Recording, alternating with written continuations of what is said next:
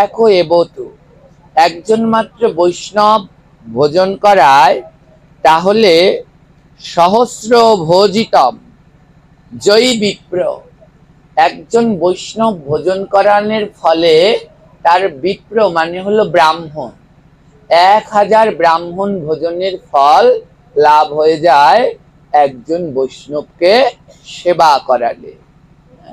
কেন? ব্রাহ্মণের ভিতরে রয়েছে 9টা গুণ, আর একজন বৈষ্ণবের ভিতরে রয়েছে সহস্র গুণ। সহস্র গুণে পরিপূর্ণ একজন বৈষ্ণব। একজন বৈষ্ণব হতে হলে তাকে আগে ব্রাহ্মণ হতে হয়, তারপরে সে গিয়ে বৈষ্ণব হয়। তো কলিযুগে একজন বৈষ্ণব ভোজন করালে 1000 বৈষ্ণবের ব্রাহ্মণের সেবা হয়। আর চৈতন্য চরিতামৃতে এর সংখ্যা আরো বাড়িয়ে দিয়েছে। যখন অদ্বৈত প্রভু তার মায়ের উদ্দেশ্যে, তার মা যখন দেহত্যাগ করলেন, তখন অদ্বৈত প্রভু তার মায়ের আত্মার শান্তি কামনায় বৈষ্ণব সেবা দেবেন। তো বৈষ্ণব কোথায় পায়? অদ্বৈত প্রভু তখন হরিদাসের কাছে গেলেন।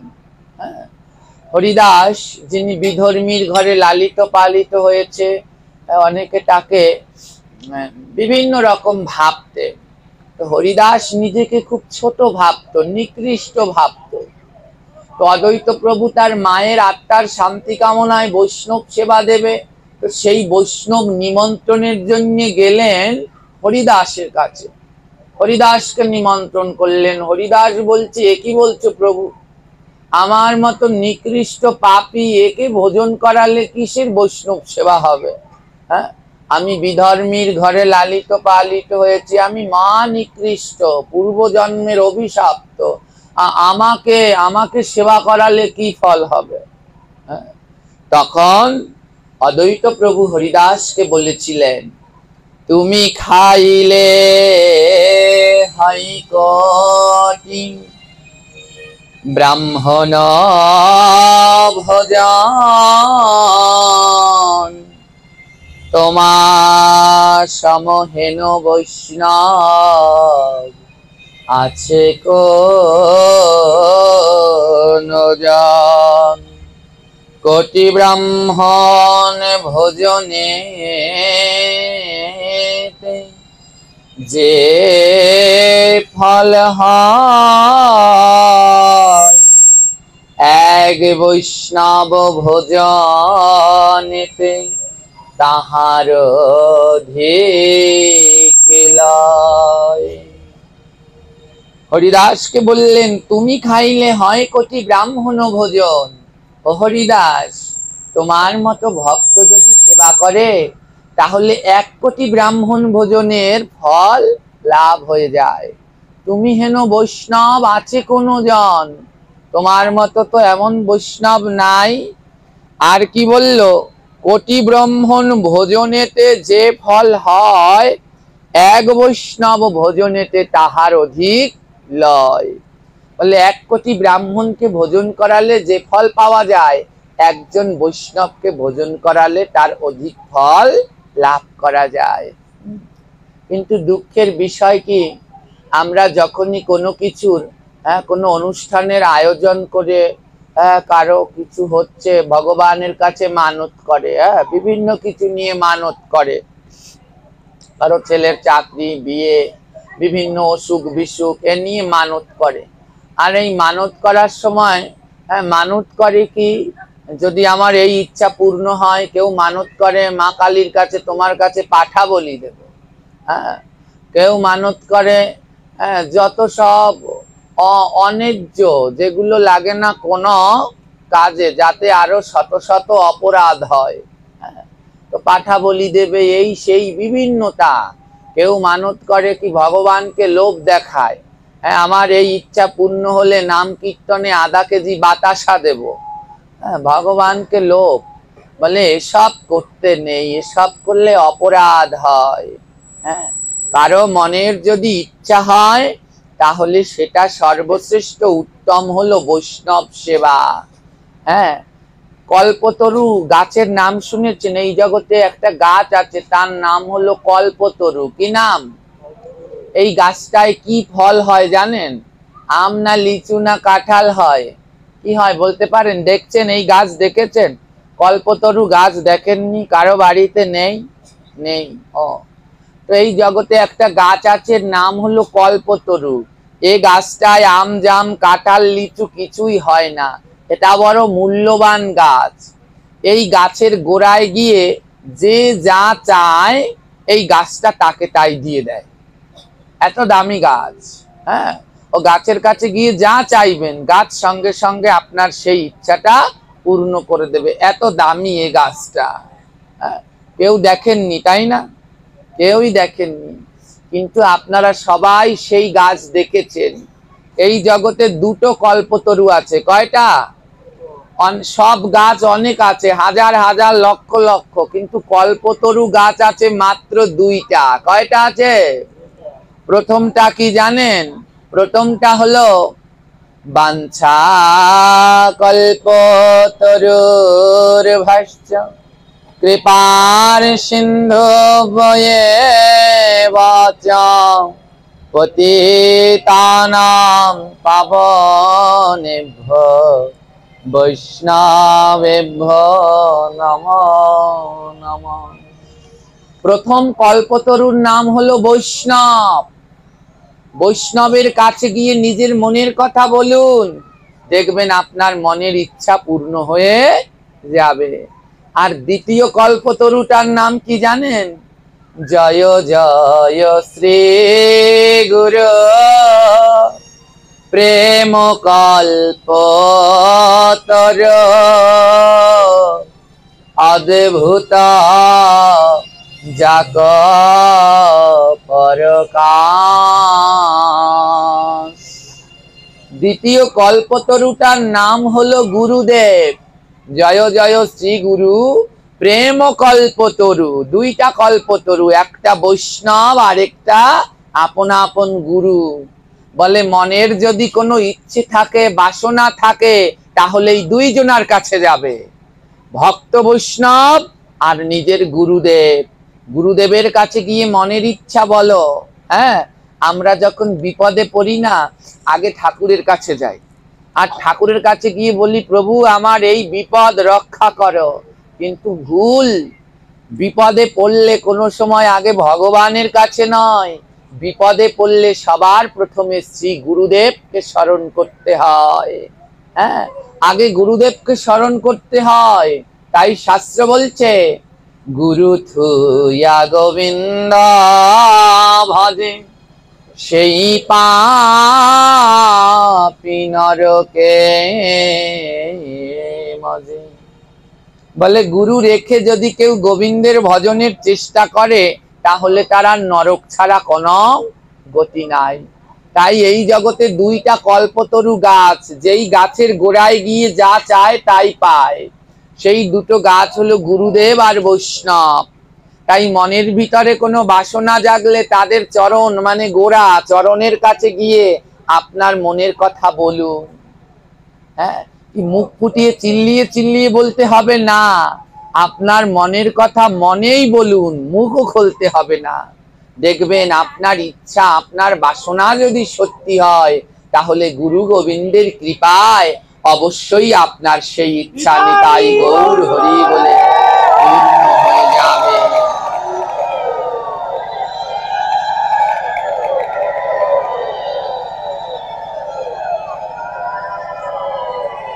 জয় নিতাই।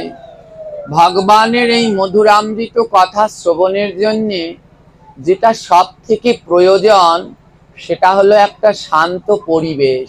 বুঝলেন তো? ভগবানের কথা শ্রবণ করতে হলে সবার আগে যেটা লাগে সেটা হলো একটা শান্ত পরিবেশ।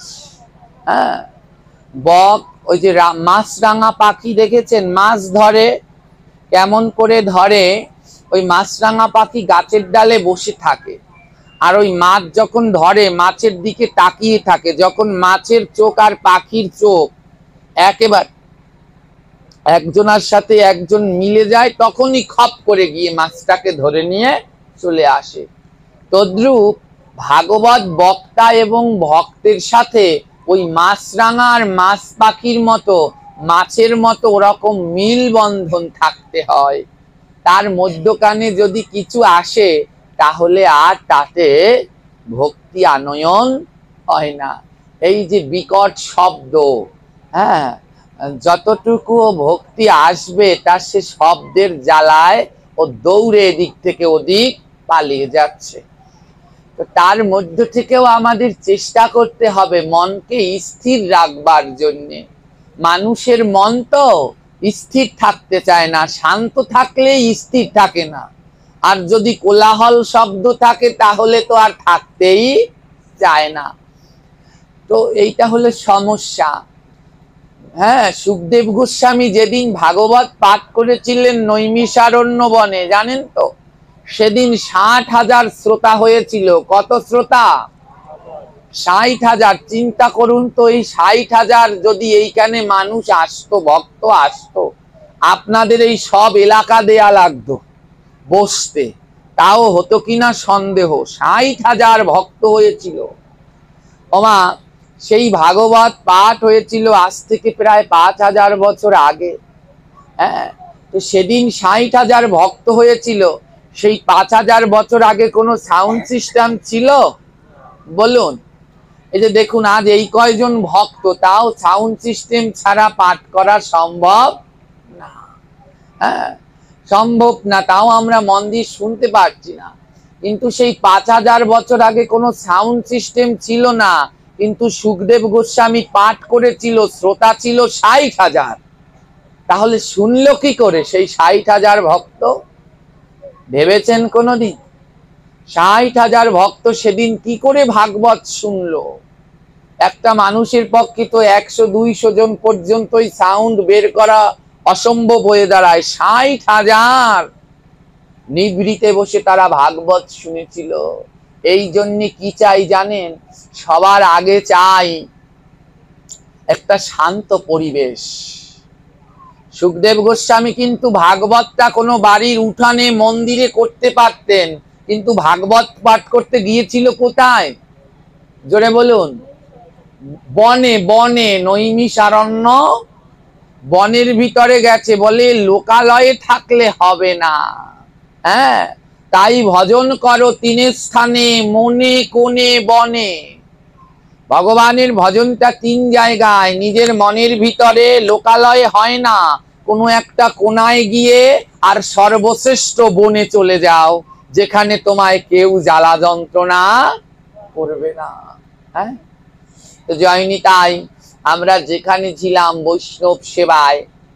এবার প্রশ্ন হলো, এই বৈষ্ণব সেবা করালে, একজন বৈষ্ণব সেবা করালে 1000 ব্রাহ্মণ, লক্ষ ব্রাহ্মণ, কোটি ব্রাহ্মণ সেবা হয়। এবার প্রশ্ন করবেন, বাবা বৈষ্ণব চিনব কি করে? হ্যাঁ, ভক্ত চিনব কি করে? কলি যুগে ভক্ত চিনব কি করে? হ্যাঁ, যখন মহাপ্রভু সনাতন গোস্বামীকে বলেছিলেন, জীবে দয়া নামে রুচি, বৈষ্ণব সেবন, ইহা বিনা ধর্ম নাই, শুনো সনাতন। বলে শোনো, জীবকে দয়া করো, নামে রুচি আনো, আর বৈষ্ণবকে সেবা দাও, ইহা বিনা ধর্ম নাই। তখন বলছে, জীবে যদি দয়া হয়, নামে যদি রুচি লয়, বৈষ্ণব চিনিতে কলিতে দেবেরও নাই সাধ্য, মুই হেন সনাতন তাহাতে অবাধ্য। বলে হে প্রভু, বৈষ্ণব চিনব কি করে? কলি যুগে বৈষ্ণব চিনিতে নাই দেবতাদেরও সাধ্য। দেবতারাও কলিযুগে বৈষ্ণব চিনতে পারে না। তাহলে আমি মূর্খ হয়ে কি করে বৈষ্ণব চিনব? কি উপায়? মহাপ্রভু তখন একটা সহজ উপায় বলেছেন, জানেন কি বলেছে? যাহার কণ্ঠে দেখিবে ভাই ত্রিদণ্ডীর হার, ললাটে দেখিবে যার তিলক সুন্দর, তাহার সাথে করো সদা বৈষ্ণব ব্যবহার। বলে শোনো, ওই বিচার করতে গেলে কোনোদিন বৈষ্ণব খুঁজে পাবে না। এর ভিতরে এই দোষ, ওর ভিতরে ওই দোষ, ওর ভিতরে ওই দোষ, এই দোষ খুঁজতে গেলে এ জন্মে আর বৈষ্ণব পাওয়া লাগবে না। বলে কিভাবে পাবো? যাহার কণ্ঠে দেখিবে ত্রিদণ্ডীর হার, যার গলায় 3 প্রাচের তুলসীর মালা দেখবে, ললাটেতে তিলক সুন্দর, যার ললাটে তিলক সুন্দর করে যে প্রতিদিন তিলক করে, তার সাথে করো সদা বৈষ্ণব ব্যবহার। যে প্রতিদিন সুন্দর করে তিলক ধারণ করে, তুলসীর মালা পরে, তাকেই তুমি বৈষ্ণব জ্ঞানে ভজন করো। আর ভজন করতে করতে একদিন তোমার প্রকৃত বৈষ্ণবের সন্ধান মিলবে। আমরা বড় ভুল করি কি জানেন? আমাদের দাদু গুরুদেবের একটা বাণী আছে, তিনি তার বাণীতে বলেছে, তোমার সব থেকে বড় দোষ কি জানো? অন্যের দোষ দেখাই তোমার সব থেকে বড় দোষ। আমার সব থেকে বড় দোষ কোনটা? অন্যের দোষ দেখা। আমার নিজের ভিতরে যে কত দোষ, তার সন্ধান করি, অন্যের দোষ দেখি। আর এই অন্যের দোষ দেখতে গিয়েই আমাদের সর্বস্ব হারিয়ে যায়, আর কিছু অবশিষ্ট থাকে না। বড় ভয়ঙ্কর, অন্যের দোষ দেখতে গিয়ে সব ধ্বংস হয়ে যায়, আর কিচ্ছু পাই না শেষে। হ্যাঁ, কেউ যদি মালা জপ করে, কেউ যদি টানা করে তিলক পরে, কেউ যদি আমিষ ত্যাগ করে, প্রতিদিন ভোগ দিয়ে প্রসাদ পায়, তখন আমাদের সমাজে কতগুলো ভুইফোর চেনেন? ওই যে বছরে 1বার 2বার দেখা যায় উলির মেডায় হয়, তখন কতগুলো ভুইফোর বের হয়। আর ভুইফোর গুলো তখন বলে নতুন নতুন নিয়ম শিখছে, হ্যাঁ, নতুন নতুন গ্রন্থ বের করেছে। আরে ভুইফোর, তোমরা তো গ্রন্থের ধারে কাছারে যাওনি, কি করে জানবে? তিলক করা, মালা করা, ভগবানকে ভোগ দিয়ে প্রসাদ পাওয়া, এদের বিরুদ্ধে যারা কথা বলে, মনে রাখবেন আজ এবং কাল তাদের গুনে গুনে তার ফল ভোগ করতে হবে, হবে, হবে, হবেই হবে, তাতে কোনো সন্দেহ নেই। হ্যাঁ, তাই বলি সাবধান।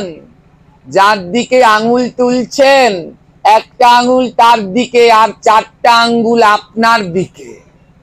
ওই যার দিকে আঙুল তুলে কথা বলতে যাচ্ছেন, তার দিকে আপনার একটা, আর বাকি 4টা আপনার দিকে। তাই সাবধানে কথা বলা দরকার। হ্যাঁ, শেষকালে এমন গতি হবে যে কাউকে 1 গ্লাস জল যে দেবে আপনার, সেই গতিও খুঁজে বের করতে পারবেন না। কারণ ভগবান বলছে, সব অপরাধের ক্ষমা হলেও বৈষ্ণব অপরাধের কোনোদিন ক্ষমা হয় না। তাই সাবধান। বলে বৈষ্ণবকে সেই বিচার করতে গেলে কোনোদিনই বৈষ্ণব খুঁজে তুমি পাবে না। হ্যাঁ, এই সেবা করতে করতেই একদিন, এই ভক্ত সেবা করতে করতেই এর ভিতর দিয়ে একদিন বৈষ্ণবের সেবা হয়। আর মহাপ্রভু তো বলে দিয়েছেন, কলিযুগে বৈষ্ণব হলো 3.5 জন। কয়জন?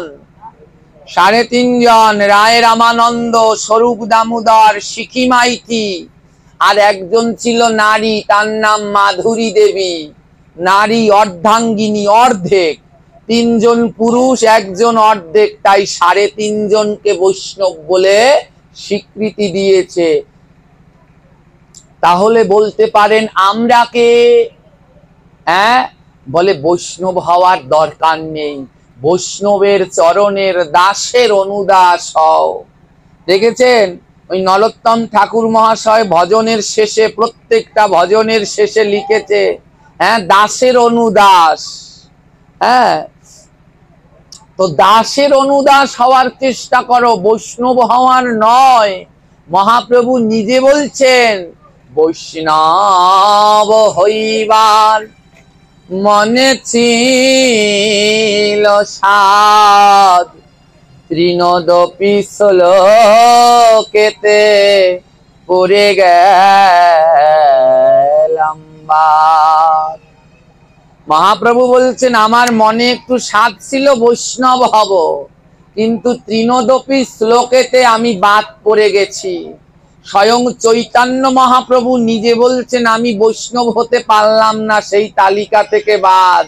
তাহলে আমরা কি চিন্তা করেন? হ্যাঁ, তাই বলি কি, বৈষ্ণব না হয়ে অন্যের দোষ না খুঁজে চেষ্টা করি ভক্তের চরণের দাস হওয়ার জন্যে। হ্যাঁ, আমার দোষগুলো সন্ধান করি, আমার দেহের ভিতরে কত দোষ। হ্যাঁ, আমার দেহের ভিতরে কত দোষ সেই সন্ধান করি। জানেন, যেদিন ভগবান শ্রীকৃষ্ণ বৃন্দাবন ছেড়ে চলে গেছে সবাই কাঁদছে, সবাই কাঁদছে। সুবল কাঁদছে শ্রীদামের গলা ধরে, যশোদা কাঁদছে নন্দের গলা ধরে, জটিলা কুটিলা কাঁদছে রাধারানীর গলা ধরে। হ্যাঁ, এক একজন এক একটা বলছে। জানেন, আমাদের যদি কোনো কিছু হয় না, নিজেদের দোষ নিজেরা বলি না, ওর জন্য এটা হয়েছে, ওর জন্য এটা হয়েছে। কিন্তু ভক্তদের দেখুন, যেদিন গোবিন্দ চলে গেছে বৃন্দাবন থেকে সবাই কাঁদছে। শ্রীদাম কেঁদে কেঁদে বলে জানিস সুবল, কৃষ্ণ বৃন্দাবন থেকে কেন গেছে? সুবল বলে কেন? বলে আমার দোষে গেছে। বলে তুই কি দোষ করেছিস? বলে জানিস আমি একদিন কি করেছি, ওই শ্রীরাম সখা বৃন্দাবনে যখন কৃষ্ণ যেত ওই গোষ্ঠ চড়াতে, শ্রীধামের দায়িত্ব ছিল ফল আনা। শ্রীরাম সখা ফল আনতো বন থেকে কুড়িয়ে কুড়িয়ে। শ্রীরাম বলে জানিস সুবল, আমি তো ফল আনতাম, কিন্তু ফলগুলো সোজা গোবিন্দকে দিতাম না, আগে আমি এক কামড় করে খেতাম, খেয়ে যেটা ভালো সেটা কৃষ্ণকে দিতাম। শ্রীরাম বলে জানিস সুবল, ওই যে আমি এটো ফল গোবিন্দকে দিয়েছি, সেই পাপে কৃষ্ণ বৃন্দাবন ছেড়ে চলে গেছে। সুবল বলে জানিস, সুবল বলে জানিস শ্রীরাম, এটা পাপ নয়, এটা তোর ভালোবাসা। তুই বন থেকে ফল এনে খেয়ে খেয়ে দিতিস, যেই ফল টক সেই ফল গোবিন্দকে দিতিস না। তুই আগে কেন ফল খেতিস জানিস? সুদাম আগে কেন ফল খেত জানেন? সুদামা ওই ফলগুলো, শ্রীরাম আগে ফলগুলো খেত। বনের ভিতরে অনেক ফল, তো কোনটা বিষ কোনটা অমৃত জানা যায় না। তাই শ্রীরাম সখা ফলগুলো আগে এক কামড় খেত, খেয়ে দেখতো বিষ না অমৃত। বলে যদি বিষ হয় তাহলে বিষ ফল খেয়ে আগে আমি মরবো, আর আমি যদি মরি তাহলে আমার গোবিন্দ আমায় বাঁচাতে পারবে। কিন্তু আমার গোবিন্দের বিষ ফল খেয়ে যদি কোনো ক্ষতি হয়, আমরা তো কেউ আমার গোবিন্দের সেবায় লাগতে পারবো না।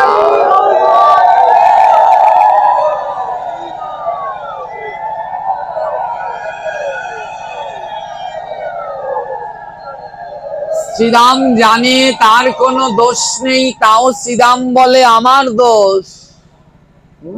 সুবল বলে দোষ তোর না, দোষ হলো আমার। বলে তুই কি দোষ করেছিস? বলে জানিস আমি একদিন কৃষ্ণের সাথে ওই বিনোদ খেলা খেলছিলাম, খেলতে খেলতে কৃষ্ণ হেরে গেছে, আর সেদিন শর্ত ছিল যে হারবে তাকে কাঁধের উপরে নিতে হবে। তাই ওই খেলায় কৃষ্ণ হেরে গিয়েছিল, আর আমি সুবল কৃষ্ণের কাঁধে উঠেছি। আমার মতো পাপী যদি গোবিন্দের কাঁধে ওঠে, তাই বোধহয় গোবিন্দ রাগ করে বৃন্দাবন ছেড়ে চলে গেছে। মা যশোদা বলে না না, তোদের জন্য না, আমি কৃষ্ণকে ননি মাখন দিতাম না তো, শুধু কানমলা দিতাম, তাই রাগ করে চলে গেছে। হ্যাঁ, ব্রজবাসীরা যে যার দোষ দেখে, আর আমরা তাদের সাথে আমাদের পার্থক্য কি? তারা দেখে নিজের দোষ, আর আমরা দেখি অন্যের দোষ, যার কারণে আমরা দিন দিন ধ্বংস হয়ে যাচ্ছি। তাই আজ করজোরে সবাইকে বলতে চাই, এই পরম বৈষ্ণব সেবার দিনে কেউ যেন কারো দোষের সন্ধান করবেন না মা। ওই দোষের সন্ধান করতে গেলে আপন ভজন ওখানেই ধ্বংস হয়ে যায়। হ্যাঁ, কারো সমালোচনা নয়, যদি পারো কারো আলোচনা করো। তিনি যা খারাপ করছে ওদিকে তাকিও না, তিনি যা ভালো করছে সেই দিকে দেখো। হ্যাঁ, তাই যেথা হয় বৈষ্ণব নিন্দা সেথা না যাইবে, বৈষ্ণব নিন্দুকেরও মুখ কভু না হেরিবে। যারা ভক্ত বৈষ্ণবদের নিন্দা করে সেখানে যাবে না, তাদের মুখের দিকে চাবে না, তাহলে তোমার কৃষ্ণ ভক্তি থাকবে না। তাই সাবধান, গোবিন্দকে পেতে হলে ত্যাগ করা চাই। ত্যাগ না করলে গোবিন্দকে পাওয়া যায় না। হ্যাঁ, পাওয়া যায় না। ত্যাগ ভগবানকে পাওয়ার অন্যতম আদর্শ, অন্যতম উদাহরণ হলো ত্যাগ। যে যত ত্যাগ করতে পারে সে আমার গোবিন্দের দিকে তত অগ্রসর হতে পারে, আর যে যত ভোগ করে সে ততই দুর্ভোগে দিন দিন জড়িয়ে পড়ে। হ্যাঁ, তাই ভগবানের জন্য ত্যাগ জানেন যারা প্রকৃত ভক্ত, তাদের সবার উপরে দয়া। যারা প্রকৃত ভক্ত তাদের সবার উপরে দয়া। আজ তো বৈষ্ণব সেবা, তাই বৈষ্ণব সেবার একটু মাহাত্ম্য বলছি। মহাভারতের এক চরিত্র, নাম হলো তার পরাশরী। কি নাম মায়েরা? শুনেছেন পরাশরী নামটা? শুনেছেন? বলতে পারেন এ পরাশরী কে? এ হলো মহাভারতের অন্যতম চরিত্র বিদুর, যিনি ধর্মরাজের পূর্ণ রূপ। সেই বিদুরের স্ত্রী সহধর্মিনীর নাম হলো পরাশরী। বিদুর কে ছিল? হস্তিনাপুরের মহামন্ত্রী, প্রধানমন্ত্রী ছিল বিদুর। একজন প্রধানমন্ত্রীর ক্ষমতা জানেন? যেমন ইন্ডিয়ায় এখন নরেন্দ্র মোদী ক্ষমতায় রয়েছে প্রধানমন্ত্রী, তার কত পাওয়ার। তো এক সময় ওই নরেন্দ্র মোদীর যে পাওয়ার, ওর 1000 গুণ বেশি পাওয়ার ছিল ওই বিদুরের। হ্যাঁ, এত ক্ষমতাশালী বিদুর, এত তার পাওয়ার, কিন্তু সেই বিদুরের জীবনী যদি দেখেন অবাক হয়ে যাবেন। মন্ত্রিসভার যত মন্ত্রী আছে সবাই অট্টলিকা রাজপ্রাসাদে থাকতো, আর বিদুর থাকতো একটা ভাঙা ঘরে, একটা তালপাতার ছাউনি ভাঙা ঘরে থাকতো। একদিন বিদুরের ঘর দেখবার জন্যে সেইখানে উপস্থিত হলেন মহাভারতের আরেক চরিত্র ভীষ্মদেব। বিদুরের ঘর দেখবার জন্য ভীষ্ম আসলেন। ভীষ্ম এসে দেখেন বিদুরের ভাঙা ঘর, ভাঙা ঘর, সে তালপাতার ছাউনি দেয়া। আর সেই তালপাতার ছাউনিতে ওই মাঝখানে মাঝখানে গর্ত হয়ে গেছে। যেইখানটায় গর্ত হয়ে গেছে না, সেইখানটা দিয়ে বৃষ্টির সময় জল পড়ে আর রোদের সময় রোদ পড়ে। মন দিয়ে শুনবেন বিদুর কত বড় ভক্ত। তালপাতার ঘর, বৃষ্টির সময় জল পড়ে আর রোদের সময় রোদ পড়ে। সকালে সূর্য উঠলে সেই রোদটা যেন আগে গিয়ে বিদুরের চোখে পড়ে। মহা ভীষ্ম এসে বলছে, দেবব্রত ভীষ্ম বলছে, বিদুর তুমি এত কষ্ট করে থাকো, তোমাকে একটা রাজপ্রসাদ বানিয়ে দেই, তুমি রাজপ্রসাদে আনন্দে থাকো। বিদুর বলছে ভীষ্মদেবকে, হে মহান বৈষ্ণব, আমার কাছে এই ভাঙা তালপাতার ঘরই রাজপ্রসাদ, আর আপনারা যাকে রাজপ্রসাদ বলেন সেটা আমার কাছে ভাঙা তালপাতার ঘর। জানেন গোবিন্দ আমায় কৃপা করে এই তালপাতার ঘরে থাকতে দিয়েছে। ভীষ্মদেবে বলে, একই বলছো বিদুর, গোবিন্দ তোমায় কৃপা করে তালপাতার ঘরে থাকতে দিয়েছে? বলে, জানেন যদি দালান ঘরে থাকতাম, সকাল বেলায় দরজা কপাট জানালা আটকে ঘুম দিতাম, সকাল হয়েছে কিনা বুঝতে পারতাম না, ঘুমিয়ে ঘুমিয়ে 8টা 9টা বাজিয়ে দিতাম, সকালের মঙ্গল আরতিটা করা হতো না। কিন্তু আমার গোবিন্দের কত কৃপা, আমার গোবিন্দ এই ভাঙা তাল পাতার ঘরে আমায় থাকতে দিয়েছে। তাই সূর্য উঠলে ওই তাল পাতার ফাঁকা দিয়ে আলো এসে আমাদের চোখে পড়ে। যেই সূর্যের আলো পড়ে, সূর্যদেব বলে, ওঠো আর ঘুমিও না জীব, উঠে পড়ো, এবার তাড়াতাড়ি করে উঠে পড়ো, উঠে আমার প্রভুর মঙ্গল আরতি করো।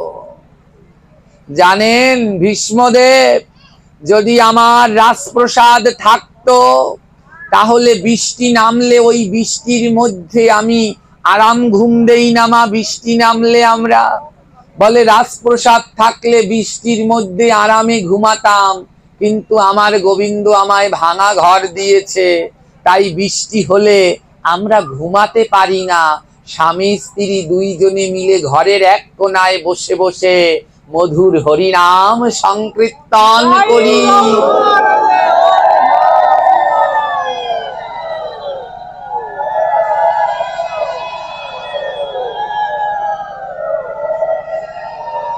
এই হলো পরম ভক্ত বিদুর। রাজপ্রসাদে থাকতে চায় না, ভাঙা দালান কোঠা তার কাছে তা পরম পাওয়া। এই হলো ভক্ত আর আমাদের মধ্যে পার্থক্য। ভক্তরা যা পায় তাই নিয়ে সুখী থাকে, আর আমরা যা পাই তারপরও আরো চাই, আরো চাই, আরো চাই। হ্যাঁ, এবার শুনুন বিদুরের স্ত্রী। বিদুর যতখানি না ভক্ত, তার শতগুণ ভক্ত তার সহধর্মিনী পরাশরী। একজন স্বামীকে ভক্ত হতে হলে তার বিশেষ অবদান হলো তার স্ত্রী। এর জন্য স্ত্রীকে বলে সহধর্মিনী। সহধর্মিনী, যিনি স্বামীকে ধর্মের পথে সহায়তা করে, তাকে বলে সহধর্মিনী। তাই সহধর্মিনী যদি ঠিক থাকে, স্বামী ভুল পথে যায় না। আর সহধর্মিনীর গোড়ায় যদি গন্ডগোল থাকে, স্বামীর ভুল পথে যেতে বেশি সময় লাগে না। বিদুর যতখানি ভক্ত, দেখুন বিদুরের স্ত্রী, বিদুর একজন প্রধানমন্ত্রী, কিন্তু তার স্ত্রীর সেরকম কোনো চাওয়া পাওয়া নেই। একজন প্রধানমন্ত্রীর বউ, তার কত সোনার গয়না, দামি শাড়ি কাপড়, কত কি থাকবে। কিন্তু পরাশরী কেমন জানেন? হ্যাঁ, মহাজনগণ পরাশরীর কথা বর্ণনা করেছে। পরাশরী কে জানো? শাস্ত্রে বললেন মহাজনগণ, কীর্তনের ভিতরে পদে বললেন পরাশরী কে জানো? যারে পরনেতে সেরা শাড়ি, পরনে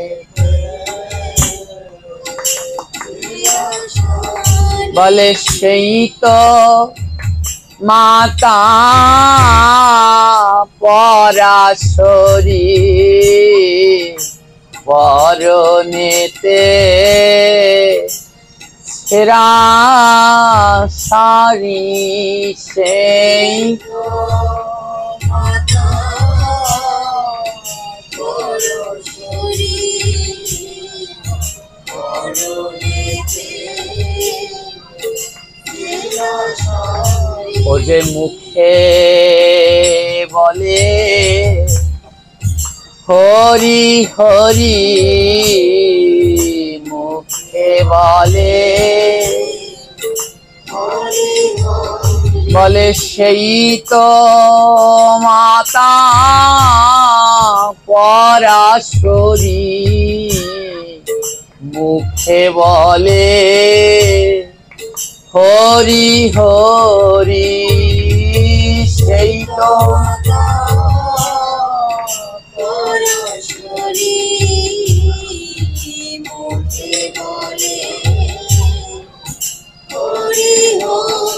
ও যে ধুলাই দেয় রে গড়াগড়ি,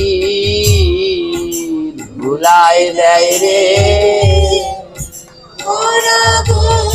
বলে সেই তো মাতা পরাশরী, যেটাই ভক্তের ধুলাই গড়াগড়ি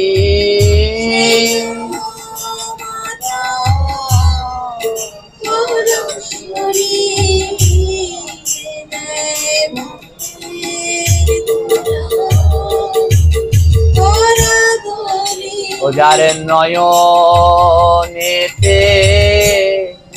প্রেমের বাড়ি, নয়নেতে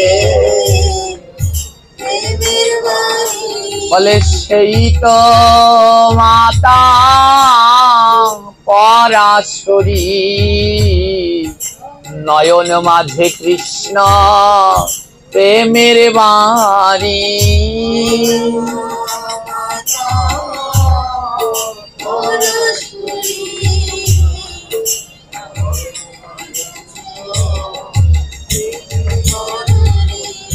বলে আমার পরাশরী মা কে জানো? শুধু মহাভারতের একজন পরাশরী নয়, পরাশরী সেই হতে পারে যার নেই কোনো বাড়াবাড়ি। নারী হতে হলে পরাশরী হয়েও বাড়াবাড়ি করো না। আমাদের কত বাড়াবাড়ি না, হ্যাঁ? স্বামী পারে না, তারপরও স্বামীকে জোর করে বলে কি দিয়েছো বিয়ের পরে? এই সোনার গয়না দিয়েছো আমাকে, কি দিয়েছো? বলে যার কোনো বাড়াবাড়ি নাই, স্বামীর সুখী যার সুখ, সেই হলো মা পরাশরী।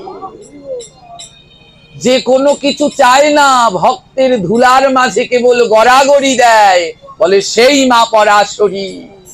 যার নয়নে কেবল কৃষ্ণ নামের বাড়ি, সেই মা পরাশরী।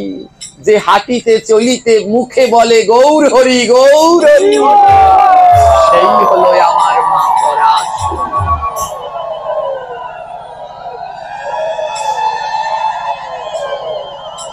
তাই মায়েদের উদ্দেশ্যে বলছে মহাজনগণ, ও মায়েরা, তোমরা যদি পারো একটু পরাশরীর মতো হওয়ার চেষ্টা করো, স্বামীর সুখেই নিজের সুখ মনে করো। রামচন্দ্র যেদিনই বনবাসে যাচ্ছে, সীতাও রওনা দিয়েছে। কৌশল্যা বললেন, সীতা তুমি কেন বনবাসে যাও? তোমার তো বনবাস হয়নি, বনবাস হয়েছে রামের। সীতা পতিব্রতা নারী। মা সীতা বলে, আমার স্বামী যদি বনে থাকে আর আমি যদি রাজপ্রসাদে থাকি, তাহলে ওই রাজপ্রসাদ আমার জন্য নরক। আমার স্বামী যদি বনে থাকে আর আমি আমার স্বামীর সাথে সুখে দুঃখে সব সময় যদি এক হয়ে থাকতে পারি, তাহলে ওই বন আমার জন্য রাজপ্রসাদ হয়ে যাবে। আজ সেই স্বামীর সুখী প্রকৃত নারীর সুখ। মা, আমরা দাঁত থাকতে দাঁতের মর্মটা বুঝি না। যে মায়েরা স্বামীকে হারিয়ে ফেলেছে তারা জানে কি যন্ত্রণা। যাদের স্বামীরা কাছে নেই, দূর দেশে গিয়ে পড়েছে, তারা জানে কত যন্ত্রণা। তাই পরাশরীর মতো হওয়ার চেষ্টা করো। বেশি বাড়াবাড়ি করতে গেলে যে সব হারিয়ে যাবে। আজ পরাশরী ছিল পরম কৃষ্ণ ভক্ত। পরাশরী কি করতো জানেন? তার স্বামী প্রধানমন্ত্রী তো হস্তিনাপুরের। পরাশরী ওই সারাদিন স্বামী রাজকার্য করতে করতে দিন যেত, কিন্তু পরাশরী লোকের বাড়িতে বাড়িতে ভিক্ষা করত। কৃষ্ণ নাম করে করে লোকের বাড়িতে বাড়িতে ভিক্ষা করত। একজন প্রধানমন্ত্রীর বউ লোকের বাড়িতে বাড়িতে ভিক্ষা করত। একজন জিজ্ঞেস করছে, হ্যাঁ গো পরাশরী, তোমার কি ভিক্ষা করা লাগে? তুমি চাইলে হাজারো ভিখারিকে রাজা বানিয়ে দিতে পারো। পরাশরী বলছে, জানো, যদি ভিক্ষায় না বেরোই, ওই ঘরের ভিতরে থাকলে, হ্যাঁ ওমা, আজ এইখানে বৈষ্ণব সেবা হচ্ছে, যাদের নিমন্ত্রণ দিয়েছে তারা এসেছে, অনেকে নিমন্ত্রণ দেয়নি, তাও যদি কেউ আসে, কেউ বলে ভিখারির মতো বিনা নিমন্ত্রণে আসলি। যে বিনা নিমন্ত্রণে এসেছে সেই প্রকৃত সাধু, সেই প্রকৃত সাধু। পরাশরীকে জিজ্ঞেস করছে, তোমার ভিখারি হওয়া লাগে? পরাশরী বলে ভিখারি না হলে ভক্তের চরণ পাওয়া যায় না। তাই পরাশরী লোকের বাড়িতে বাড়িতে গিয়ে ভিক্ষা করত, আর ভিক্ষা করে যে এক মুষ্টি পেত সেই এক মুষ্টি রান্না করে ভোগ লাগিয়ে ভগবানের প্রসাদ পেত।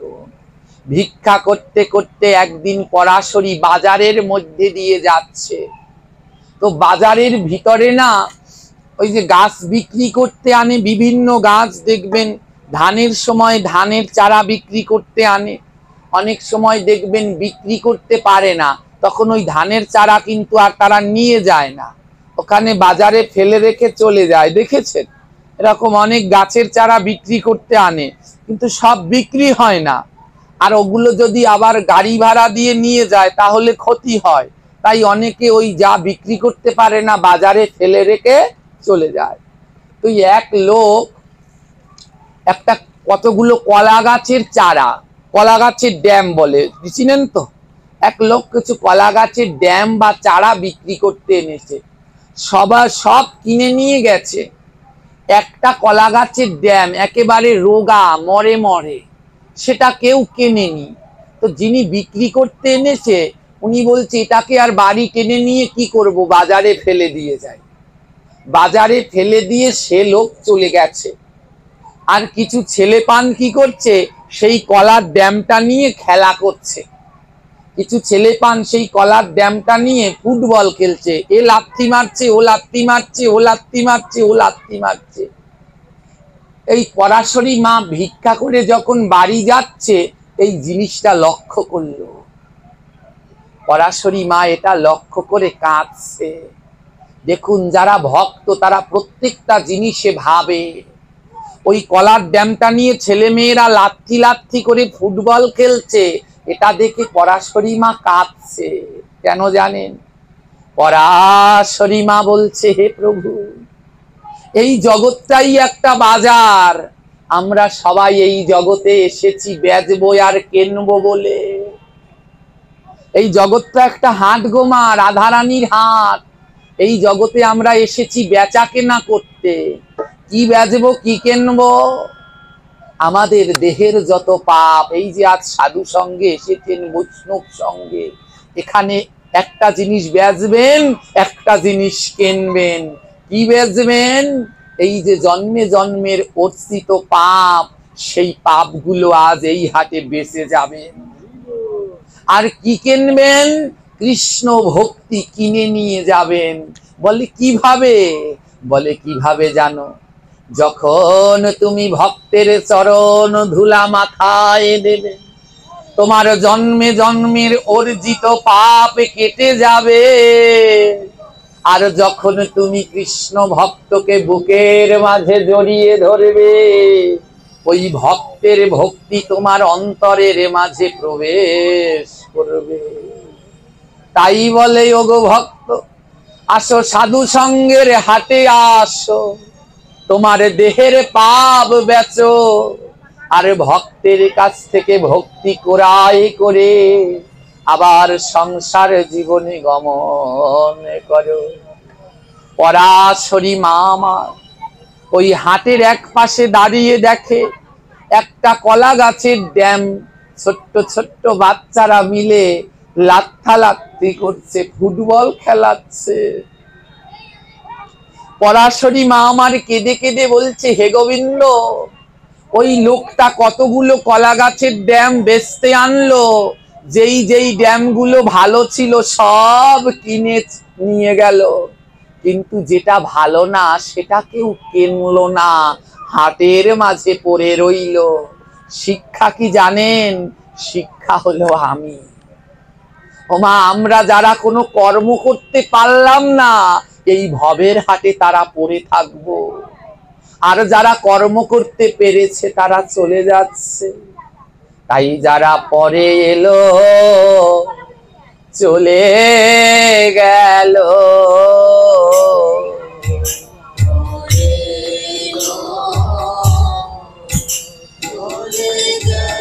যারা আগে এলো চলে গেল আগে চলে গেল আমি পরে এসেও যেতে পারলাম না আগে এলো চলে গেল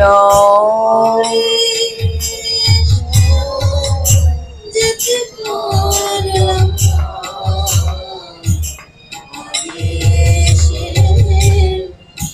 চলে গেল বলে দেখো যারা পরে এসেছে তাদের যাওয়ার কথা পরে, কিন্তু তারা আগে আগে সবাই প্রভুর কাছে চলে গেছে। কিন্তু আমি আগে এসেও এখনো আমি যেতে পারলাম না, এখনো সংসারের মাঝে হাবুডুবু খাচ্ছি। এইখানে যারা বসে আছেন আপনাদের সময়ের অনেকে তারা আগে আগে বিদায় নিয়ে প্রভুর কাছে চলে গেছে, কিন্তু আগে এসেও এখনো পার ঘাটায় অপেক্ষা করছেন, গোবিন্দ নৌকায় তোলেনি। ওই কলার ড্যামটা ছেলে মেয়েরা লাত্থালাত্তি করছে দেখে পরাশরী বলে হায় রে, এই সংসারের মাঝে যখন আমাকে কোনো কাজে লাগবে না তখন আমাকেও তো সবাই মিলে এমন করে লাত্থালাত্তি করবে। এই সংসারের জন্য যতদিন খাটতে পারবেন ততদিন ভালোবাসবে, যেই দিন এই সংসারের জন্য আর খাটতে পারবেন না সেই দিন কারো কাছে আর ভালো থাকবেন না। ওই এই পাশ দিয়ে একজনে লাথি দেবে ওই পাশে, ওই পাশ দিয়ে লাথি দেবে ওই পাশে। কলা গাছটার লাথি দেখে পরাশরীর মনে এই উদয় জেগেছে, চিন্তা করেছে। পরাশরী গিয়ে সেই কলা গাছের ড্যামটাকে তুলে বুকের মাঝে জড়িয়ে ধরেছে। ওরে কলা গাছ, তুই যদি সবল হতি তোকে কিনে নিত, তুই দুর্বল বলে তোকে কেউ নিল না, কিন্তু আমি তোকে নিয়ে যাব। পরাশরী সেই দুর্বল কলা গাছের ড্যামটা বাড়ি নিয়ে গেল আর ঘরের এক কোনায় সেই কলা গাছটাকে লাগালো। আর লাগানোর সময় বলছে, হে মাধব, এই গাছে যদি কোনোদিনই কলা হয় তবে সেই কলায় আমি তোমার ভোগে দেব। এই বলে গাছটা লাগিয়ে নয়নের জল দিয়ে প্রতিদিন সেই গাছের তলায় বসে পরাশরী হরিনাম করে। আর দেখতে দেখতে সেই শীর্ণ কলা গাছটা বড় হয়েছে, তাতে একছড়া কলাও হয়েছে। কলাগুলো গাছে সুন্দর পেকেছে। যেই দিন কলা পেকেছে সেই দিন পরাশরী স্বামী বিদুরকে বলছে, স্বামী যাও আজ গিয়ে গোবিন্দকে নিমন্ত্রণ করো, আমার গাছের কলা পেকেছে, আজ সেই কলা দিয়ে সেই ফল দিয়ে আমি গোবিন্দ সেবা দেব। আজ বিদুর কি করেছে, ওই লোকের দ্বারে দ্বারে ভিক্ষা করে গোবিন্দ সেবার জন্য কত কি রান্না করেছে। আর সেই গাছের পাকা কলা থরায় থরায় সাজিয়ে রেখেছে। যেই কলাগুলো উপরের দিকের ভালো কলা সেই কলাগুলো রেখে দিয়েছে, আর পচা ছোট কলাগুলো আলাদা করে সরিয়ে রেখেছে। ঘরের ভিতরে যে চাল ছিল ভালো চাল, সেই চালটা দিয়ে গোবিন্দের রান্না করেছে, আর খুদের চালগুলো আলাদা রেখে দিয়েছে। গোবিন্দকে নিমন্ত্রণ করতে গিয়েছে বিদুর, গায়ে একটা উত্তরী। আমার যখন ভক্তদের নিমন্ত্রণ করতে যেতে হয় গায়ে একটা কি নিতে হয়, উত্তরী নিতে হয়। ভাগবত পাঠে আসলে উত্তরী নিতে হয়। এই যে যারা মায়েরা পড়েছেন, কয়েকজন বাবারা, এদের চরণে আমি প্রণাম জানাই। সবাই ভাগবত পাঠে উত্তরী ধারণ করবেন, কিবা পুরুষ কিবা নারী। আজ বিদুর কি করেছেন, গায়ে একটা উত্তরী জড়িয়ে ভগবান শ্রীকৃষ্ণকে নিমন্ত্রণ করতে যাচ্ছে। এই সংবাদ পেয়ে দুর্যোধন বলে, বিদুরের ঘরে যদি কৃষ্ণ যায় তাহলে তো আর কৃষ্ণ আমার পক্ষে থাকবে না। তাই দুর্যোধনও আজ রওনা দিয়েছে নিমন্ত্রণ করতে। হ্যাঁ, দুজনেই গিয়ে উপস্থিত, বিদুরও উপস্থিত, দুর্যোধনও উপস্থিত। ভগবান কৃষ্ণ বলে, কি চাও? বিদুর বলছে, হে গোবিন্দ, আজ মধ্যাহ্নকালীন সময়ে আমার মতো কাঙাল গরিবের গৃহে আপনার সেবার দুটো আয়োজন করা হয়েছে, যদি কৃপা করে আপনি চরণ ধুলি দিতেন। ও বেশ। দুর্যোধন, তুমি কি চাও? হে কৃষ্ণ, আজ মধ্যাহ্নকালীন তোমার ভোগের জন্য আমি সোনার থালা, সোনার গ্লাস, সোনার বাটিতে 56 পদ খাবার সাজিয়েছি। যদি তুমি চাও তাহলে আমার সোনার থালা গ্লাসে বড় লোকের বাড়িতে খেতে পারো। দুজনার নিমন্ত্রণের পার্থক্য বুঝেছে। ভগবান কৃষ্ণ বলছেন, শোনো শোনো বিদুর, শোনো দুর্যোধন, তোমরা দুজনাই আমায় নিমন্ত্রণ করেছ, কিন্তু আমি কৃষ্ণ, আমি গরিবের বাড়িতে যাই না। ধনী না হলে তার বাড়িতে আমি চরণ দেই না। এই কথা শুনে দুর্যোধনের বড় আনন্দ। বিদুর তো কাঙ্গাল গরিব, কিন্তু আমি তো ধনী। দুর্যোধন ধনের অহংকারে চলে গেলেন। যাও যাও, আজ দুপুর বেলায় কৃষ্ণ আমার ঘরে সেবা করবে, সোনার থালা, সোনার গিলাসে 56 পদ দিয়ে দুর্যোধন চলে গেল। দুর্যোধন চলে গেল। বিদুরের মনটা কষ্ট। বিদুর বুঝতে পারলেন না গোবিন্দের কথা। গোবিন্দ বলছে, আমি গরিবের বাড়িতে যাই না, আমি ধনীর বাড়িতে যাই। কিন্তু কোন ধনী জানো? যাদের টাকা পয়সা, বিল্ডিং আছে, সেই ধনী। আমারে গোবিন্দ বলছে, আমি সেই ধনীর বাড়িতে যাই না। যেই জনা কৃষ্ণ ধনে ধনী, রাধা প্রেমে কৃষ্ণ ধনে হয় ধনী আর ঋণী। আমি তাদের বাড়ি চিনি, আমি অন্য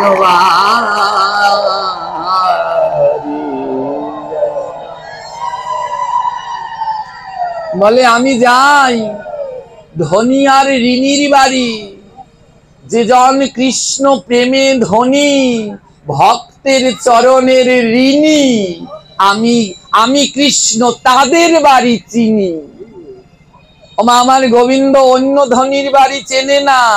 যে জন কৃষ্ণ ধনে ধনী, বৈষ্ণবের চরণে হয় ঋণী, কৃষ্ণ বলে আমি তাদের বাড়ি চিনি। আজ বিদুর কথার অর্থ বুঝলেন না। বিদুর বুঝলেন বোধহয় দুর্যোধনের ধন আছে, তার বাড়িতে যাবে, আমার বাড়িতে যাবে না। তাই বিদুরের নয়নে জল। বিদুর বলে, কৃষ্ণ তুমি আমার বাড়িতে যাবে না? গোবিন্দ বলে, না না, আমি গরিবের বাড়িতে যাব না। বিদুর বলে, বেশ, কিন্তু জানো কৃষ্ণ কৃষ্ণের পিসি হয়, পরাশরী কৃষ্ণের পিসি হয়। বিদুর বলছে, জানো কৃষ্ণ, তোমার পিসি যদি শোনে তুমি আজ আসবে না, তোমার পিসি কষ্টে মরেই যাবে। তোমার পিসি অনেক দিন আগে হাট থেকে একটা কলা গাছের ড্যাম এনে লাগিয়েছে। সেই কলা গাছের ড্যামে কোনোদিন পুকুর খালের জল দেয়নি। আজ 1-1.5 বছর ধরে নয়নের জল দিয়ে কলা গাছ বাঁচিয়েছে।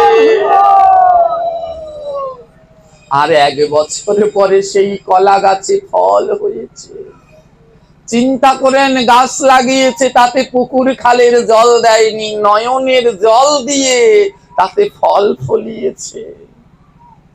বিদুর বলে, জানো কৃষ্ণ, তোমার পিসি সেই গাছের ফল নিয়ে অপেক্ষা করছে, তোমার মুখে সেই ফল তুলে দেবে। যদি তোমার পিসি শোনে তুমি যাবে না, সে তো আজ ওখানেই কাঁদতে কাঁদতে মরে যাবে। কিন্তু ও কৃষ্ণ, তুমি না যাও, আমাকে একটা জিনিস দেবে। কৃষ্ণ বলে, কি? বিদুর কি করলো, গায়ে যে উত্তরীটা ছিল না, সেই উত্তরীটা ওই মাটিতে লেছে দিয়েছে।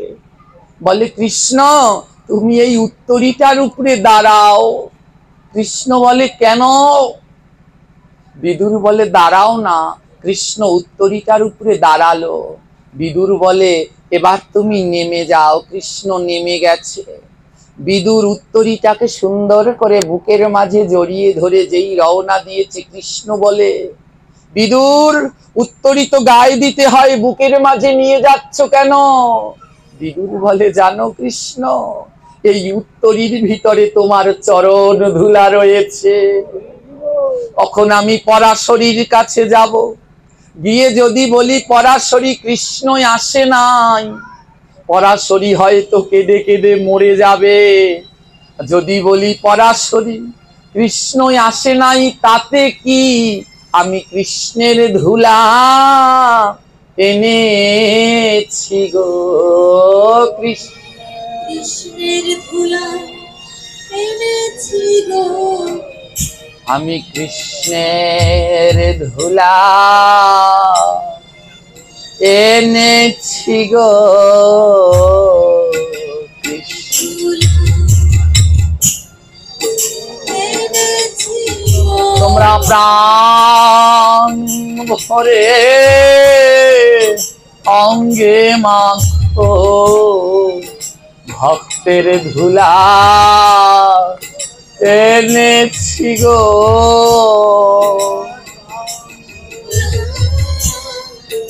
অঙ্গে মাখো ভক্তের ধুলা এনেছি গো। তোমরা প্রাণ ভরে অঙ্গে মাখো ভক্তের ধুলা এনেছি গো।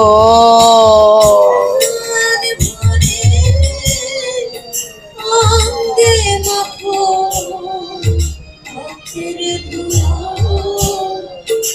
এনেছি গো। আজ সেই উত্তরী খানা নিয়ে বিদুর আমার গিয়ে পরাশরীর ঘরের দরজায় দাঁড়িয়েছে। পরাশরী বাইরে বেরিয়ে বলছে, স্বামী আমার কৃষ্ণ কই, কৃষ্ণ কই? বিদুর বলে, পরাশরী কৃষ্ণ গরিবের বাড়ি আসে না। এই কথা শুনে পরাশরীর হৃদয়ে ফেটে যাচ্ছে। বিদুর বলে, পরাশরী কষ্ট পেও না, আমি দেখো কৃষ্ণের চরণ ধুলা নিয়ে এসেছি, তুমি এই ধুলা নিয়ে অঙ্গে মাখো, কারণ ভক্তের থেকে ভক্তের ধুলায় আরো বড়। তাই যত পারো ভক্তের ধুলা গৌর হরি বলে সম্বোধন করো। ও পরাশরী, আমি কৃষ্ণকে আনতে পারিনি, কিন্তু কৃষ্ণের ধুলা এনেছি।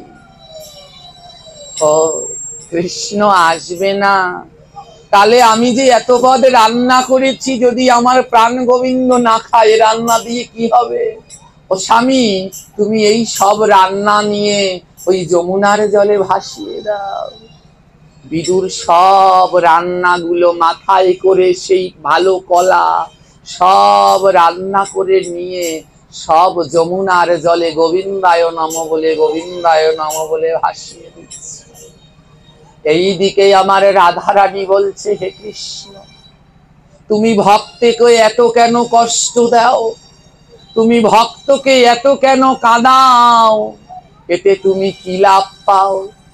আমার কৃষ্ণ বলে, শোনো রাধা, আমি সকলের কাছে বাধা পড়ি না, আমি সকলের কাছে ধরা দেই না। রাধারানী বলে, কার কাছে ধরা দাও? আমার গোবিন্দ বলে, কার কাছে ধরা দেই জানো? যার নয়নেতে কৃষ্ণ নামের ধারা। নয়নেতে কৃষ্ণ নামের ধারা। যার নয়নেতে কৃষ্ণ নামের ধারা। নয়নেতে কৃষ্ণ নামের ধারা। আমি তার কাছে দেই গো ধরা। নয়নেতে কৃষ্ণ নামের ধারা। কাছে এই ধরা।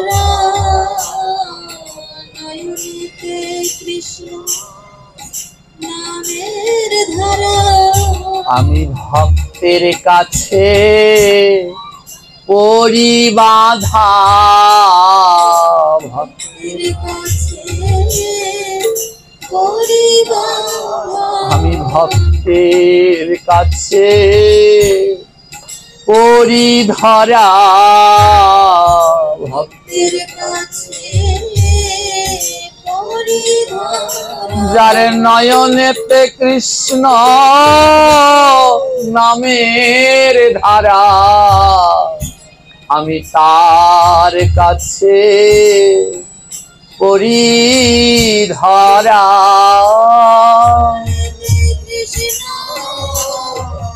নামের ধারা তার কাছে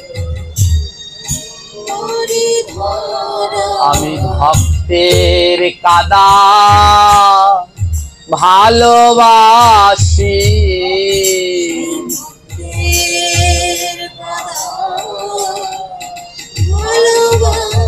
বলে ভক্ত কাঁদলে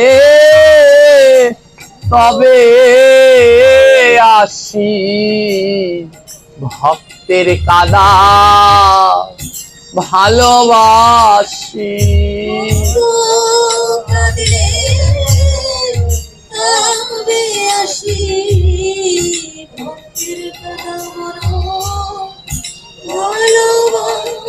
আমি নয়নের জল ঘোচাই না রে,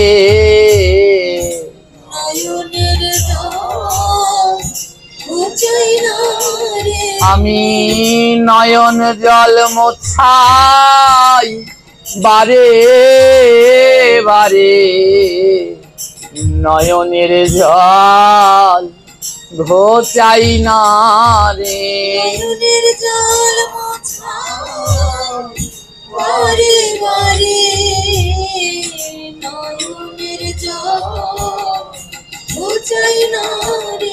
জানো রাধে আমি ভক্তের নয়নের জল ঘোচাই না, যদি নয়নের জল ঘুচে যায় তাহলে ভক্ত কোনোদিন আমায় পাবে না, তাই আমি ভক্তকে কাঁদাই।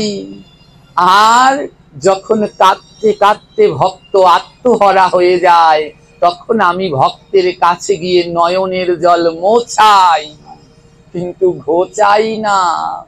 তাই বলছে আমি ভক্তের কাদা ভালোবাসি, ভক্ত কাঁদলে তবেই আমি আসি।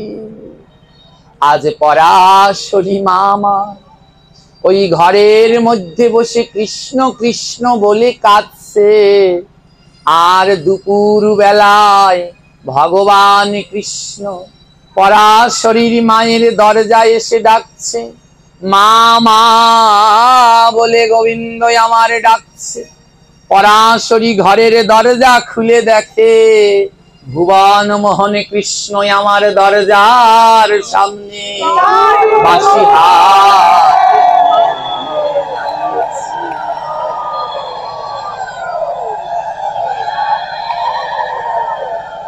পরাশরী বলে কৃষ্ণ তুমি এসেছ? ও কৃষ্ণ তুমি নাকি গরিবের বাড়ি আসো না? কৃষ্ণ বলে হ্যাঁ মা, আমি গরিবের বাড়ি আসি না, আমি ধনীর বাড়ি আসি। ধনী কারা আর গরিব কারা জানো? যারা আমায় ভালোবাসে না ওরা গরিব, আর যারা আমায় ভালোবাসে তারা কৃষ্ণ ধনে ধনী। ওমা আমি তো এসেছি, দুপুর হয়ে গেছে, দাও খেতে দাও। পরাশরী বলছে কৃষ্ণ এমন কালে এলি বাপ, যা যা রান্না করেছি সব তোর পিসামশাই গঙ্গার জলে ভাসিয়ে দিয়ে এসেছে, তুই আসবি না শুনে সব ভাসিয়ে দিয়েছে, এখন তোকে কি খেতে দেই বল বাবা। হঠাৎ মনে পড়েছে ওই যে নিষ্ঠা কলাগুলো আলাদা করে এক কোনায় রেখে দিয়েছে। ও দাঁড়া দাঁড়া, কটা কলা আছে নিষ্ঠা কলা, ভালোটা সব ফেলে দিয়েছি, তুই আসবি না কে খাবে, ভালোটা তো তোর জন্যে, তুই যখন আসবি না তাই সব গঙ্গায় ভাসিয়ে দিয়েছি। ওই নিষ্ঠা কলাগুলো এনেছে। পরাশরী বলছে জানিস কৃষ্ণ আমার মনের বড় একটা স্বাদ আছে। বলে কি? বলে জানিস আমি কোনোদিন সন্তান নেইনি, পরাশরী কোনোদিন সন্তান নেয়নি। বলে গর্ভে সন্তান নিলে যদি আমি কৃষ্ণ গোপালকে ভুলে যাই, তার সেবা যদি ভুলে যাই, তাই আমি কোনোদিন সন্তান নেইনি। আমার মনে বড় সাধ, আমার কোলে একটু বসবি কৃষ্ণ। কৃষ্ণ আজ নয়ন জলে ভেসে পরাশরী মায়ের কোলের উপরে বসেছে, আর পরাশরী মা একটা একটা কলা ছুলে ছুলে কৃষ্ণকে খাওয়াচ্ছে। এইদিকে এই খবর গেছে বিদুরের কানে, বিদুর নদীতে নেমে ওই গঙ্গার জলে ভাসাচ্ছে সবকিছু। ওমা ওই গঙ্গার জলে খাবার ভাসাতে ভাসাতে কোন সময় বিদুরের কাপড়টাও যে গঙ্গার জলে ভেসে গেছে সেই জ্ঞান নেই। একটা ছোট্ট ছেলে বলে, বিদুর তুমি গঙ্গার ঘাটে বসে আছো, তোমার বাড়িতে কৃষ্ণ এসেছে। বিদুর যেই শুনেছে কৃষ্ণ এসেছে, কাপড়ের চিন্তা নাই, কাপড় ফেলে রেখে উলঙ্গ হয়ে দৌড়ে ঘরে গিয়েছে। ৬০-৭০ বছরের বয়সের বিদুর উলঙ্গ অবস্থায় গিয়ে আজ ভগবানের সম্মুখে দাঁড়িয়েছে। পরাশরী বলে, ও স্বামী, তুমি কৃষ্ণ নামে এত পাগল হয়েছ, নিজের বসন ফেলে এসেছ, মনে নেই? বিদুর বলে, পরাশরী আমি তো তবু বসন ফেলে এসেছি, তুমি কৃষ্ণ নামে কি পাগল হয়েছ একেবারে দেখো, তাকিয়ে দেখো।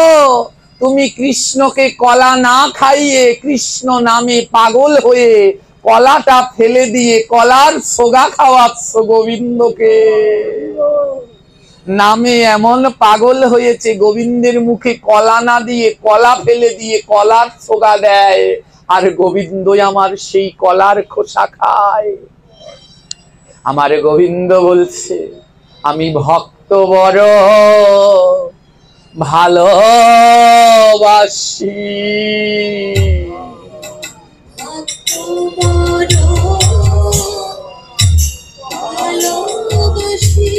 ভক্ত যা দেয় তাতে হই রে খুশি। আমি ভক্ত বড় ভালোবাসি।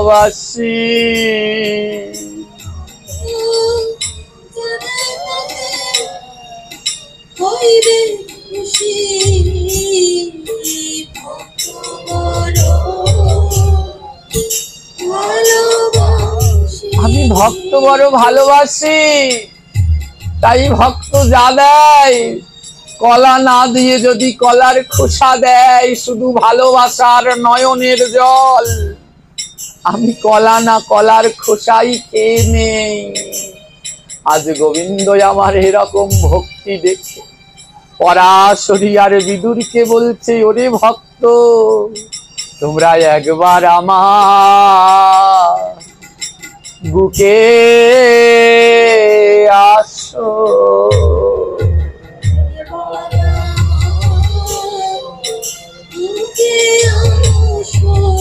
একবার ভক্ত বুকে আসো।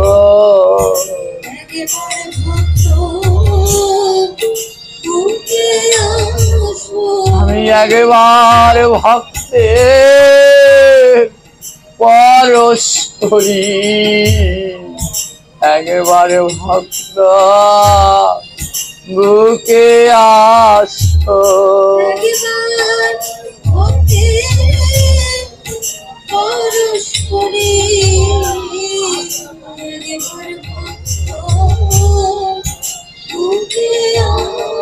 আমার বুকের মাঝে কত জ্বালা, বুকের মাঝে বলি কারো কাছে যায় না বলা।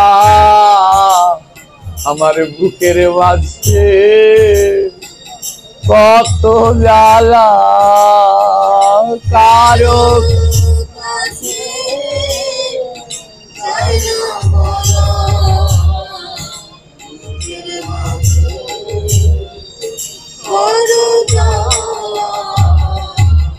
আমি জ্বালায় জ্বালায় জ্বলে গেলাম,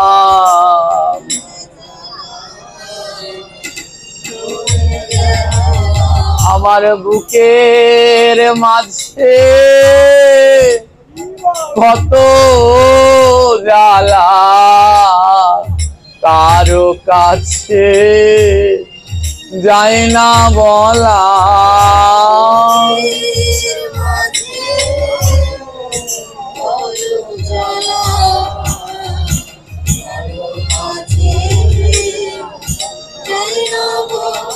তোরা একবার ভক্ত বুকে আয় রে,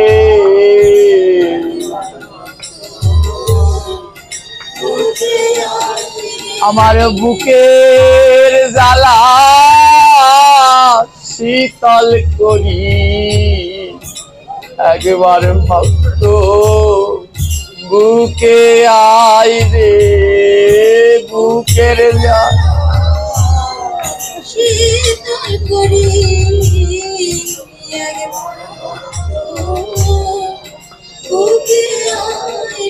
আমি জ্বালায় জ্বালায় জ্বলে মরলাম,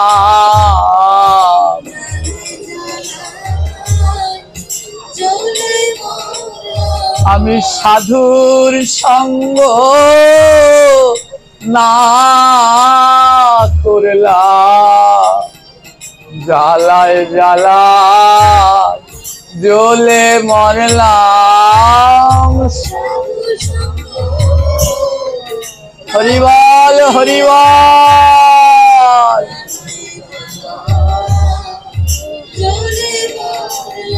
একবার ভক্তের ধুলায় গড়া গরি দেও রে,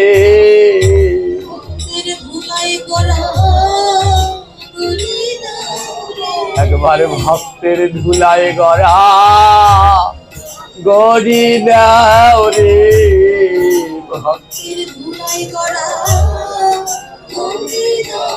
তোমার দেহের জ্বালা দূরে যাবে, ভক্তের ধুলায় গড়া গরি দেও রে।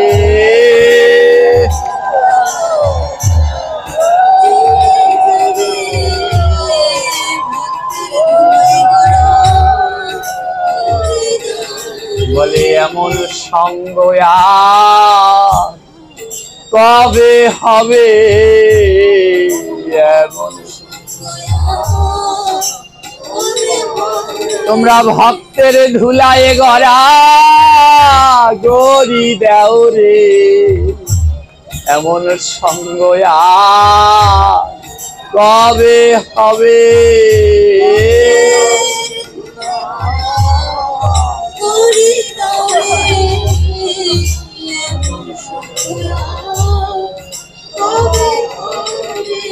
এই মানব জীবন যায় চলে যায়,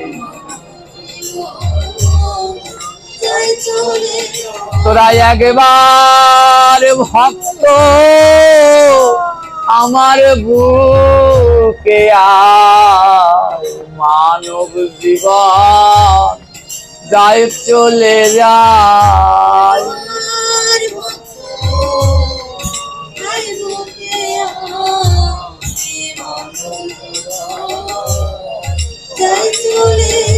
আমার বুকের মাঝে অনেক জ্বালা,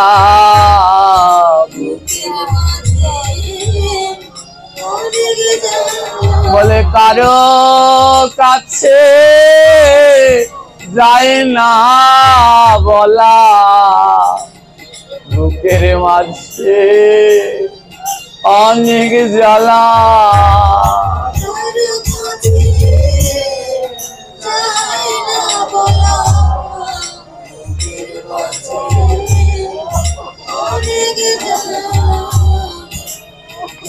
তাই আজ গোবিন্দ আমার ভক্তকে বুকের মাঝে জড়িয়ে ধরে কাঁদছে, বলে এমন ভক্ত সঙ্গ আর কবে হবে?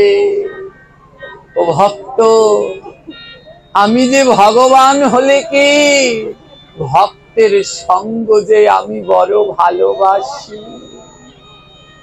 ভক্ত সঙ্গ পাওয়ার জন্যে আমি গোলক বৃন্দাবন ছেড়ে ভক্তের মাঝে নিতাই গৌর হরি বলেছি।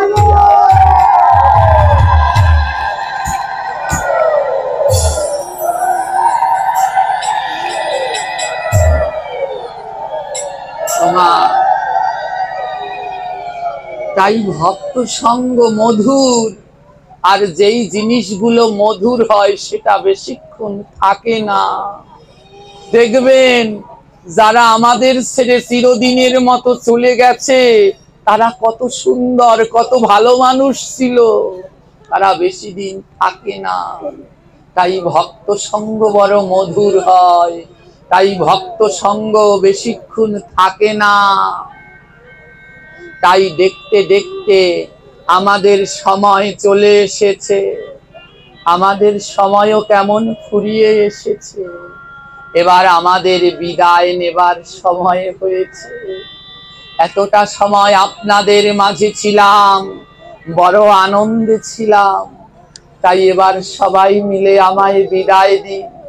আমি এক কচুরি পানার মতো সারাদিন শুধু ভাসি। এক ঘাটে এখন ভাসতে ভাসতে আসলাম, একটু পরে আবার রওনা দেব, আরেক ঘাটে গিয়ে ঠেকবো।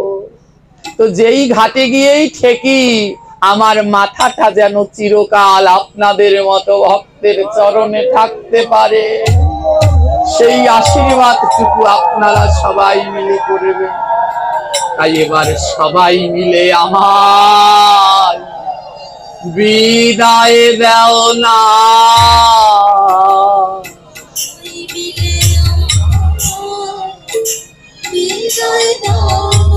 কি আমার যাবার সময় হলো, তোমরা সবাই বিদায় দাও না। আমার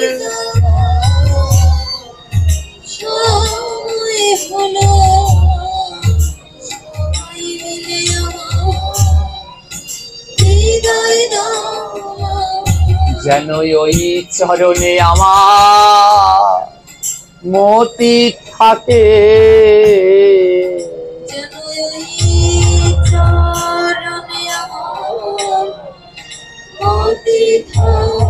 হে কৃষ্ণ ভক্তগণ, আপনারা সবাই মিলে আমায় প্রাণ ভরে আশীর্বাদ করুন। ওই কৃষ্ণ চরণ নয়, আমার যেন আপনাদের মতো ভক্তের চরণে জন্মে জন্মের মতি ভক্তির উদয় হয়। যেন এই ভক্তের চরণ ধরে আজীবন কাল আমি আমার প্রাণ গোবিন্দের নাম করতে পারি। তাই নামের ভেলায় এসে যাব,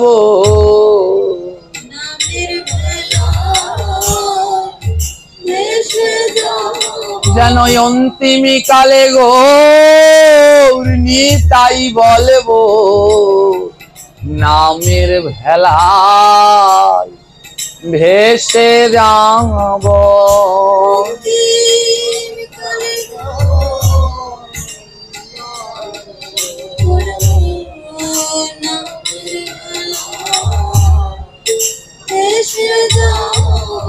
আমি নামের বেলায় ভেসে যাব, আমি নামের ভেলায় ভেসে যাব। আমার বেলা দেখো আর নাই গো, নামের বেলায় ভেসে যাব।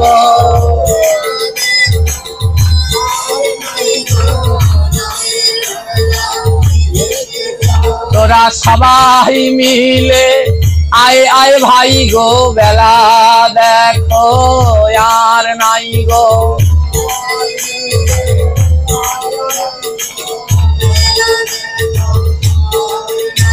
আমরা সবাই মিলে সাধু সঙ্গ করি বেলা দেখো আর নাই গো।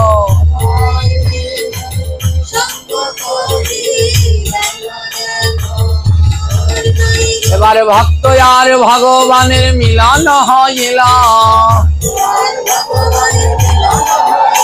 এবার ভক্ত আর ভগবানের মিলন হইল। আরে প্রেমানন্দে সবাই একবার গৌর হরি বল। ভক্ত আর ভগবানের মিলন হইল, আরে প্রেমানন্দে সবাই একবার গৌর হরি বল। দেখিতে দেখিতে আমার সময় যে ফুরালো, এবার আমার বিদায় নেওয়ার সময় যে হইল।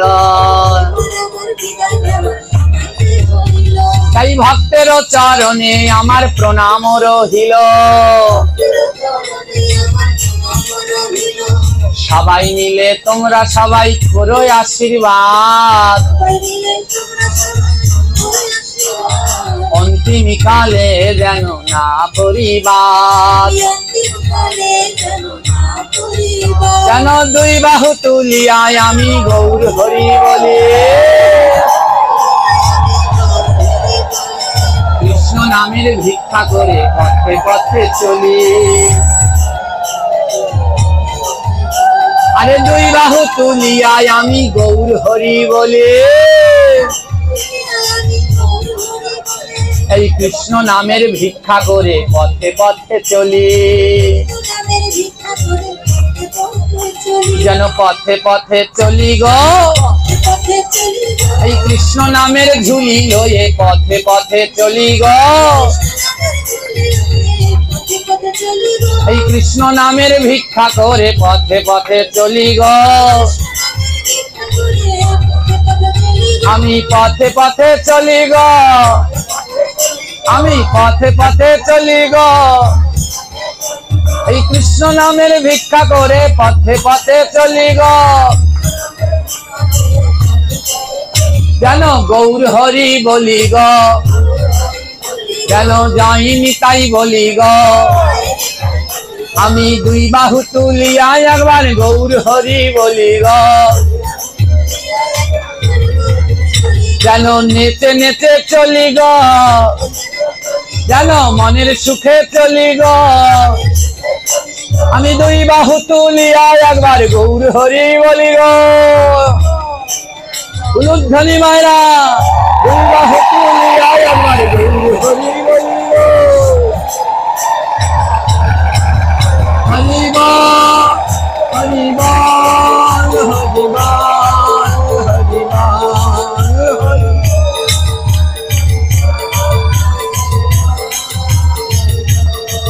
হরি বল রে হরি বল রে, হরি বল রে হরি, হরি বল, হরি বল, হরি হরি বল। সবাই ভালো থাকবেন। যদি থাকে লেখা আবার হবে দেখা। হ্যাঁ হ্যাঁ, যদি থাকে লেখা আবার হবে দেখা। এইখানেতে বলে যাই সবাই টাটা বাই বাই। সবাই টাটা বাই বাই। আমার আর সময় নাই, সবাই টাটা বাই বাই। এইখানেতে বলে যাই সবাই টাটা বাই বাই। আমা যদি থাকে লেখা আবার হবে, সেই পর্যন্ত সবাই ভালো থাকবেন। সবাইকে টাটা।